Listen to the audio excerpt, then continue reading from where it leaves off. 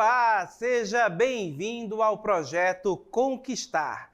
Eu sou o professor Denilson, de Língua Portuguesa, e vou acompanhá-lo neste momento. O que nós vamos aprender, o que nós vamos estudar? Antes, eu quero lembrar vocês de nos seguir nas redes sociais, @Centro de Mídias _AM, também nos marque nas postagens, Projeto Conquistar Seducan. E agora colocando aí para vocês o nosso episódio, olha aí, episódio de número 8, aulão de Língua Portuguesa e Literatura, de repente 30 o nosso título, porque nós estamos estudando exatamente aí a geração, ou seja, a segunda geração do modernismo, segunda fase, geração de 30. E o nosso detalhamento, trago aí para vocês, olha só, a poesia. Hoje vamos estudar a lírica, certo? A produção de poemas. E o poeta escolhido para isso será Carlos Drummond de Andrade, ok? Então vamos começar com o nosso quiz, com vocês. No verso de Drummond, no meio do caminho tinha uma pedra, a linguagem coloquial. Essa afirmação é verdadeira ou falsa? Tempo para você pensar e responder.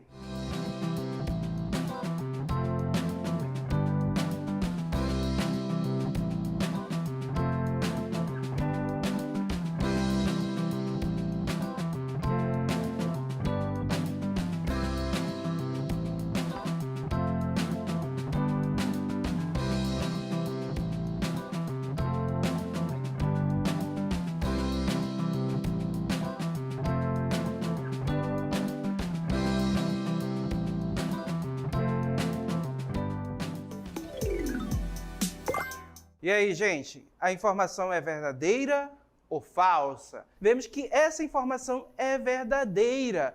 Mas, professor, onde está a coloquialidade? O que torna esse enunciado, este verso informal? Pessoal, será justamente no uso de um verbo, do verbo ter. Observem que o verbo ter é um verbo que ele é utilizado aí no sentido de haver, existir, né? Existia, no meio do caminho existia uma pedra. Então, quando a gente olha o nosso comentário, que ele vem trazendo detalhadamente isso, olha só, o verbo ter, no sentido de haver e existir, é considerado inadequado na linguagem formal. Você sabia desta informação? Observe que, de acordo com a norma gramatical, é errado, ou seja, não pode ser utilizado. É inadequado, certo? Porém, o uso coloquial no dia a dia, nós costumamos fazer uso deste verbo neste sentido. Perceba que o uso é tão constante que já há uma naturalização, ou seja, nós nem percebemos a inadequação, ok? Então percebam, porém o seu uso coloquial é consagrado em situações informais.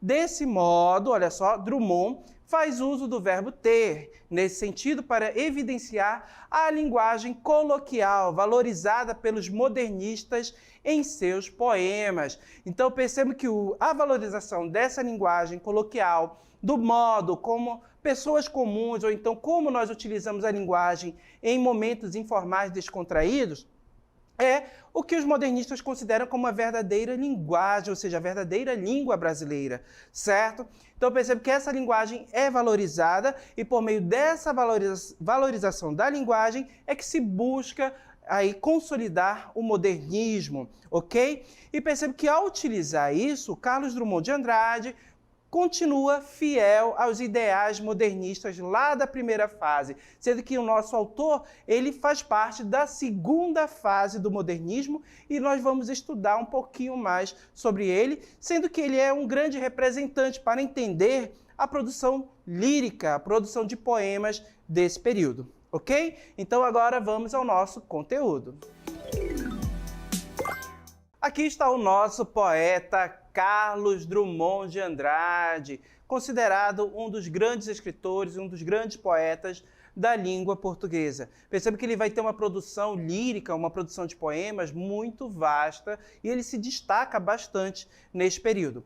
E aí, quando nós pensamos em Carlos Drummond de Andrade, a gente não pode fechar ele em uma caixa somente na segunda fase do modernismo, porque ele não produziu poemas somente nesse período, ele avançou, certo? Nas outras gerações, nas outras fases do modernismo também. Porém, a gente costuma enquadrar ele aqui devido ao ano da publicação da sua primeira obra, certo? E quando nós pensamos em Carlos Drummond de Andrade, nós vamos ter aí estudiosos, como críticos literários, que irão abordar a sua obra. Trazendo um desses críticos para vocês, olha só. O crítico literário Afonso Romano de Santana, ele propõe uma divisão da obra de Drummond em 3 fases. Essa divisão, gente, é uma divisão didática para que a gente possa estudar o nosso autor, certo? Então perceba que, olha só, ele vai apresentar aí uma primeira fase que será conhecida como o eu maior que o mundo, certo? E aí nós vamos ter obras como Alguma Poesia, de 1930, Brejo das Almas, de 1934.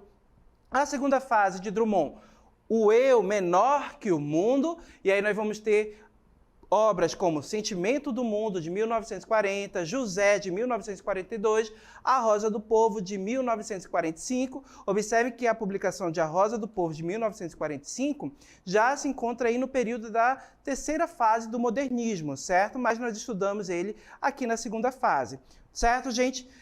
A terceira fase de Drummond, nós vamos ter o eu igual ao mundo. Quando falamos do eu, o eu lírico, certo, gente? Olha só, vamos ter obra como Novos Poemas, de 1948, Claro Enigma, de 1951, Fazendeiro do Ar, de 1955, Vida Passada Limpo, de 1959 e Lição das Coisas, de 1962. Então, a sua produção lírica está enquadrada aí neste período, nestas 3 fases, que é uma distribuição, ou seja, uma divisão didática para que a gente possa compreender este poeta que vai apresentar muitas faces, vai refletir sobre o mundo, sobre si e também questões sociais estarão ali na reflexão de Carlos Drummond de Andrade, certo?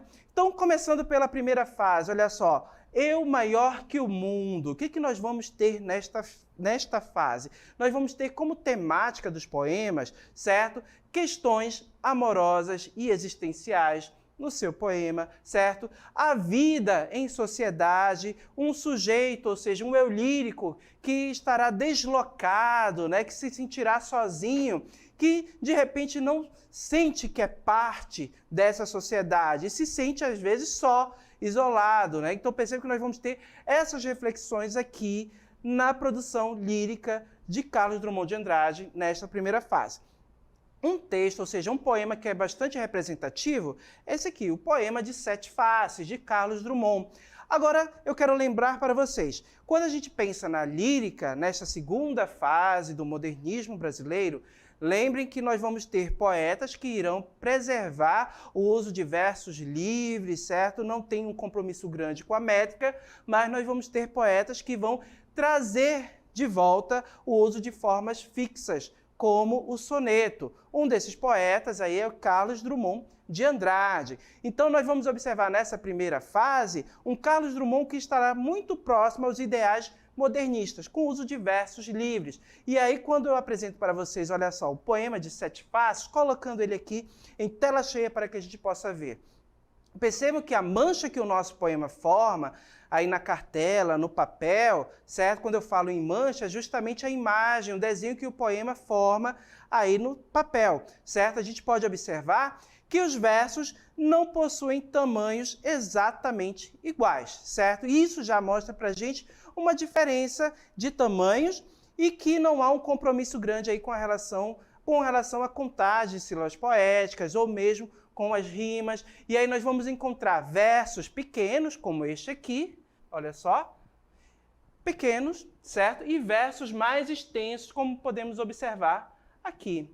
Então, observem que só pelo tamanho dos versos, a gente já consegue perceber que não há uma rigidez métrica, certo? Agora, vamos ler o poema, vamos compreender um pouquinho, porque ele será bem representativo para esta primeira fase de Drummond. Olha só, Poema de 7 Faces. Quando nasci, um anjo torto, desses que vivem na sombra, disse: vai, Carlos, ser ghost na vida. As coisas espiam os homens que correm atrás de mulheres. A tarde talvez fosse azul. Não houvessem tantos desejos.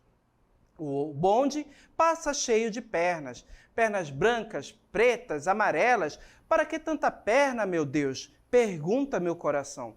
Porém, meus olhos não perguntam nada. O homem atrás do bigode é sério, simples e forte. Quase não conversa. Tem poucos, raros amigos. O homem atrás dos óculos e do bigode. Meu Deus, por que me abandonaste se sabias que eu não era Deus? Se sabias que eu era fraco? Mundo, mundo, vasto mundo. Se eu me chamasse Raimundo, seria uma rima, não seria uma solução. Mundo, mundo, vasto mundo, mas vasto é meu coração. Eu não devia te dizer, mas essa lua, mas esse conhaque botam a gente comovido como o diabo.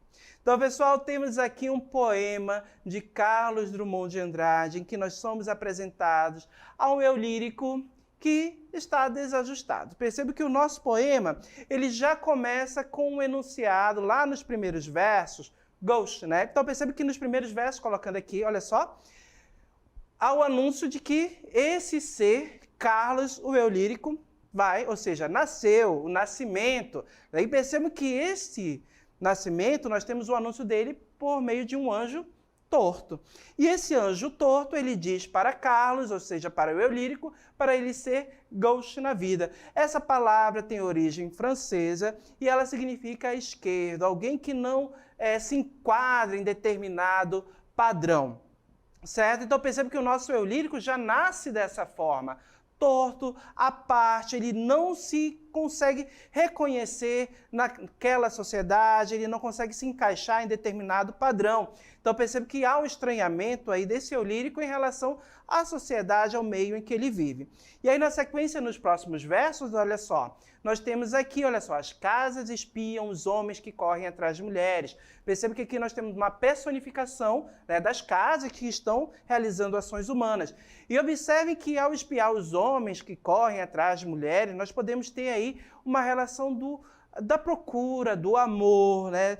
Percebe que também pode ser evidenciado aqui um eu lírico que de repente não está correndo atrás do amor, que está só observando, certo? E que está só. Então observem como é desenhado, como esse eu lírico se apresenta. Lembrando que é a primeira fase, um desajuste, certo? Uma questão problemática com o convívio social, ok? Na sequência, olha só, nós temos aqui nos versos, logo na sequência, olha só, o bonde passa cheio de pernas, brancas, pretas, amarelas. Para que tanta perna? Certo? Pergunta meu coração. O eu lírico está ali naquele meio. Percebe que nós temos uma metonímia representando aqui, olha só, as pernas representando as pessoas. Né? Para que tanta perna? Então a gente tem uma ideia desse eu lírico em meio a uma multidão. E ele está ali só observando, desajustado, né? O coração pergunta, para que tanta gente? Então percebe que a gente pode notar isso aqui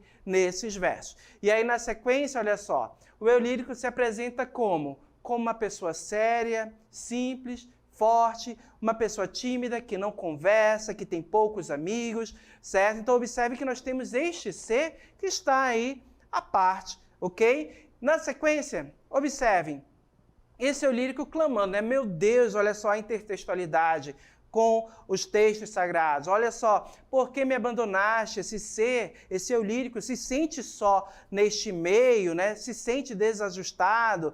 E observem aqui, mundo, mundo, vasto mundo. Se eu me chamasse Raimundo, seria uma rima, não seria uma solução.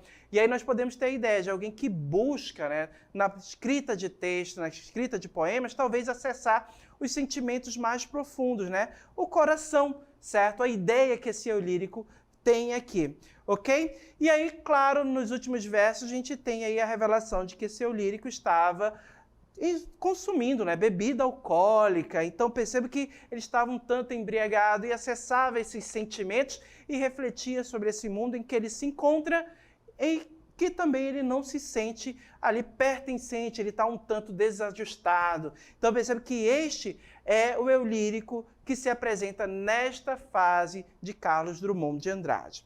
Ok? Agora, a segunda fase, olha só, na segunda fase nós vamos ter o eu menor que o mundo. Então perceba que nós vamos ter uma produção lírica que será voltada mais para uma poesia, para a produção social, para questões sociais. Nesta fase aqui nós vamos ter uma grande influência do período também, era um período de guerra, Segunda Guerra Mundial, então isso vai despertar um eu lírico, vai trazer um eu lírico preocupado com essas questões sociais, com a questão da paz, com a questão também do convívio social, né, da questão do homem como ser social. E um dos poemas bem representativo desta fase, né, até mesmo que está relacionado aí ao período histórico de Segunda Guerra, é Carta a Stalingrado. Observem aí no nosso poema.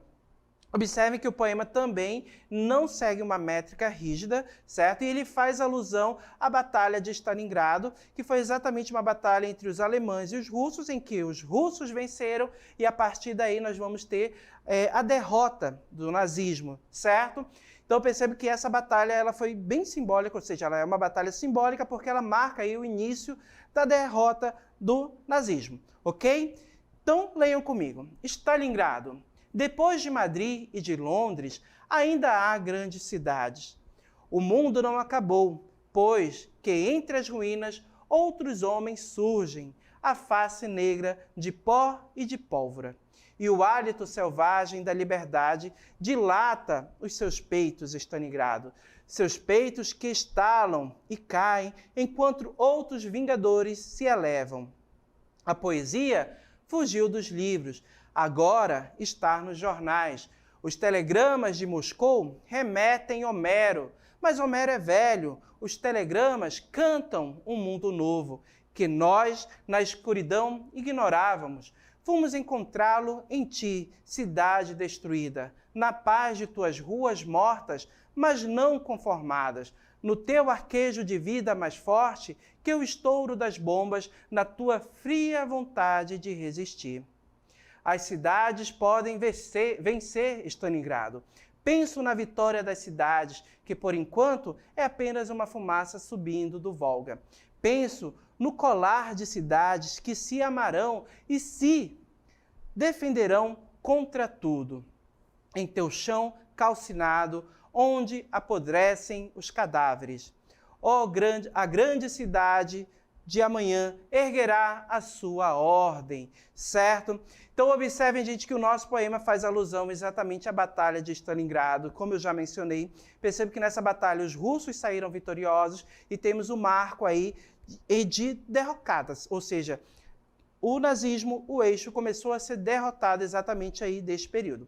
Quando a gente observa a primeira estrofe do nosso poema, lembrando que a gente fez um recorte aqui, então trouxemos apenas 3 estrofes.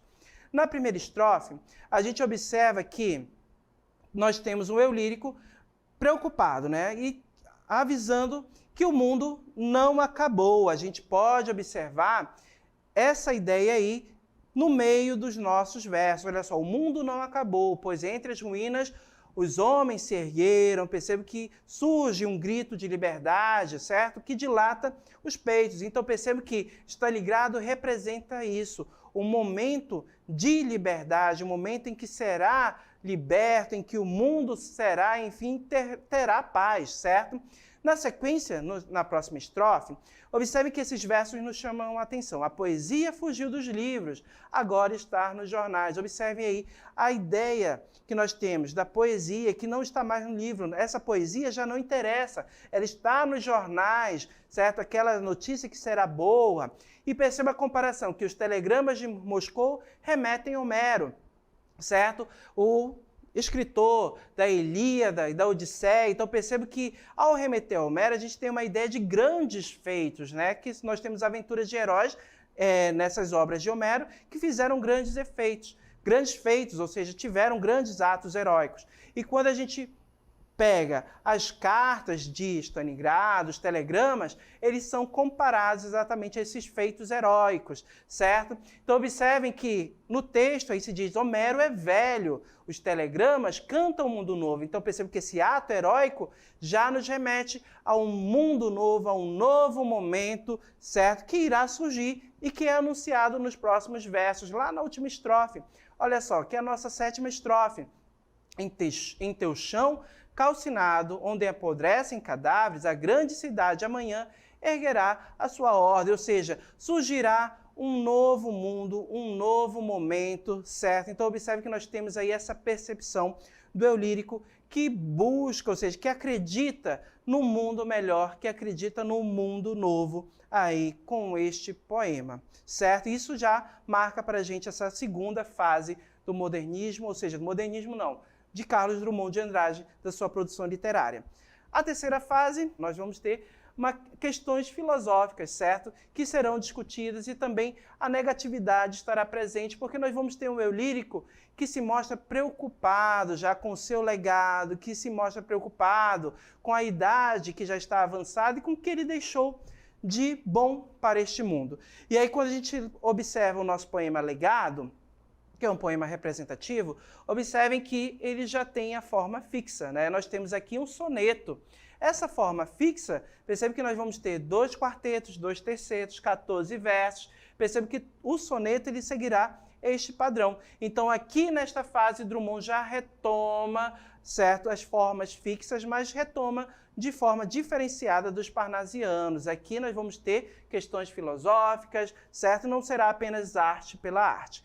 Colocando aí o nosso poema, Legado.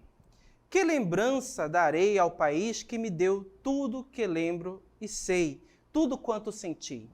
Na noite do sem-fim, breve o tempo esqueceu minha incerta medalha e a meu nome se ri. E mereço esperar mais do que os outros, eu? Tu não me enganas, mundo, e não te engano a ti.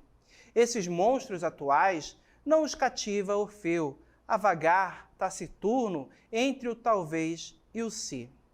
Não deixarei de mim nenhum canto radioso, uma voz matinal palpitando na bruma, e que arranque de alguém seus mais secreto espinho. De tudo quanto foi meu passo caprichoso, na vida restará, pois, o resto se esfuma. Uma pedra que havia em meio do caminho. Então temos aí o poema Legado de Drummond e observem que na primeira estrofe nós já temos aí exatamente essa lembrança, essa memória. Que lembrança darei ao país? Olha só, o país que ele recebeu, que ele tanto recebeu, mas o que ele vai deixar para esse país? Então já começamos aí as reflexões filosóficas relacionadas aí ao que eu fiz, né? O que a minha existência trouxe de bom para este mundo. Então perceba que nós vamos ter essa reflexão dentro do nosso poema, ou seja, legado, aquilo que será deixado. Na sequência, nos próximos versos, na segunda estrofe, então observe, esses monstros atuais não cativa a Orfeu. Então perceba que nesses versos aí nós temos exatamente, mais uma vez, a reflexão desse legado, do que será deixado e também da reflexão da atualidade, né? Desse momento em que o eu lírico vive.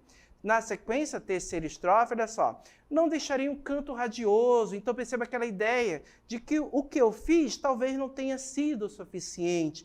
E aí o eu lírico vem lá na 4ª estrofe relembrar um dos principais poemas produzidos aí por Drummond, né? Que aí nós vamos ter um eu lírico que se aproxima do autor e que faz também uma reflexão. Olha só, o que eu vou deixar? Será que vai restar apenas uma pedra que havia no meio do caminho? Então observem aí que nós temos essa reflexão filosófica, essa reflexão em que nós vamos ter um eu lírico que reflete sobre a vida, que reflete sobre aquilo que ele produziu de bom, aquilo que ele vai deixar para a humanidade e para as futuras gerações. Então temos aí esse eu lírico exatamente nesta terceira fase, certo? Então quando a gente pensa nas fases de Drummond, vamos ter a primeira fase em que nós vamos ter um Drummond que vai refletir sobre a vida em sociedade, o eu lírico desajustado com o mundo, que não encontra, né, que não se sente parte de determinada sociedade. vamos ter um momento social, certo? O meu lírico preocupado com as questões sociais, com a guerra. E na terceira fase, o eu lírico já que se mostra preocupado com o seu legado, com a existência. O eu lírico que vai sentir saudade da infância, que vai visitar a sua infância também nas obras, para refletir, né, sobre a sua vida. Então perceba que essas são as fases de Drummond e as temáticas que nós vamos ter presentes nas suas obras, na produção dos seus poemas. Ok? Agora vamos ao nosso segundo quiz. O nosso segundo quiz também é uma questão de verdadeiro ou falso, colocando ela aí para vocês. Olha só. Assim como os parnasianos, Carlos Drummond de Andrade fez uso de formas fixas em sua produção literária com o intuito de fazer arte pela arte. Essa afirmação, minha gente, ela é verdadeira ou falsa? Com vocês agora.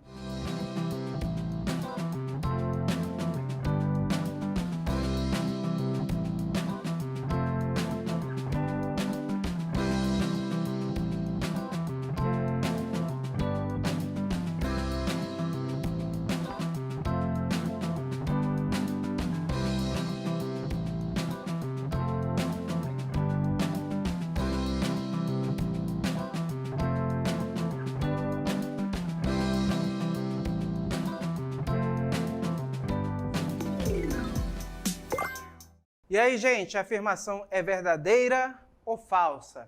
E a resposta do quiz é que a afirmação é falsa, gente. Então, como já comentei na aula, apresentando o nosso comentário aí, observe que a produção drummondiana apresenta formas fixas, porém com um viés divergente dos ideais parnasianos, pois em sua composição surgem temas sociais, reflexões filosóficas e existenciais e outras temáticas desprezadas pelos parnasianos. Então, Drummond retoma as formas fixas, os modernistas vão retomar essas formas fixas, mas de modo diferente, certo? E agora vamos ao nosso cronograma de estudos.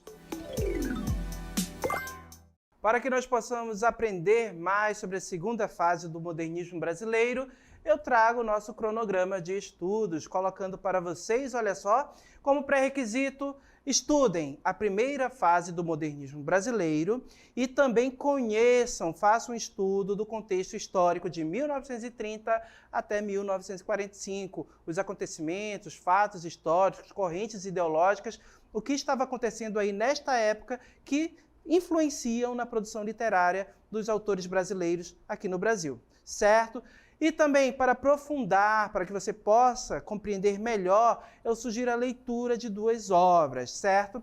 Da prosa do romance de 30, eu sugiro aí a leitura do romance Vidas Secas, de Graciliano Ramos. E, na produção lírica, eu sugiro a leitura do livro Poemas A Rosa do Povo, certo? O livro de poemas de Carlos Drummond de Andrade. Então, lendo estas obras, você vai ter uma visão ampliada do que foi esse período. Certo, gente? E agora, vamos seguir com as nossas considerações finais. E no nosso aulão, nós estudamos a produção lírica de Carlos Drummond de Andrade, que podemos dividir essa produção aí em três fases. A primeira fase com um eu lírico desajustado, que não se enquadra bem no mundo. A segunda fase, uma fase mais social de sua produção lírica. E a terceira fase, que é marcada pela reflexão filosófica e existencial. Ok? Agora chegou o nosso momento da nossa selfie. Olha a foto.